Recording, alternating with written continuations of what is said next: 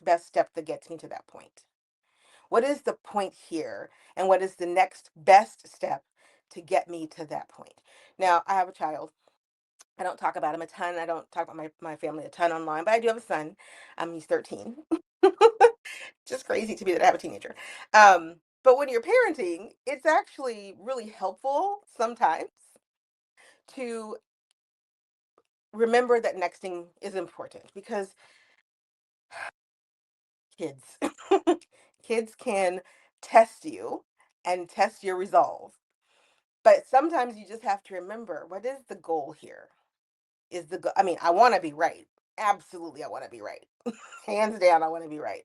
But I also want to teach, right? I want to make sure that in my rightness, I don't become just an arrogant bully to my child. And so many people just want to be so right that they become arrogant bullies to people who just stop listening to them.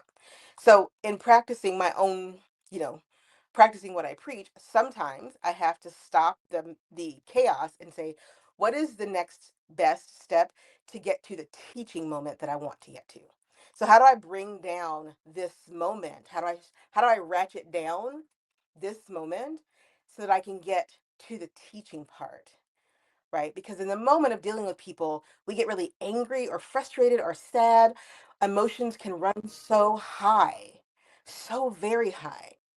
But if the goal is to keep the balance of the relationship, if the goal is to build the confidence of a young person and to not and to show them, ways to manage things that are frustrating to them, then I'm practicing that by saying, okay, so what is the next best step that I can take right now as mom who's frustrated to help make sure that this communication, this event that we're in, goes towards healing, goes towards education. Sometimes that means mom walks away and says, I'll come back. You go to your room, I'm gonna go over here, we'll come back together and chit chat. Sometimes it means that I need to provide some discipline to said small person because that is the next best step to the thing that we're talking about.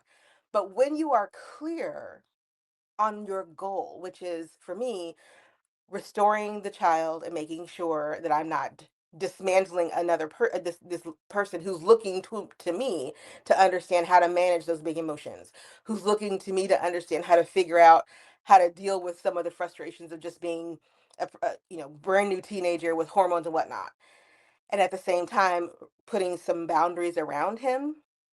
Sometimes the next best step is discipline.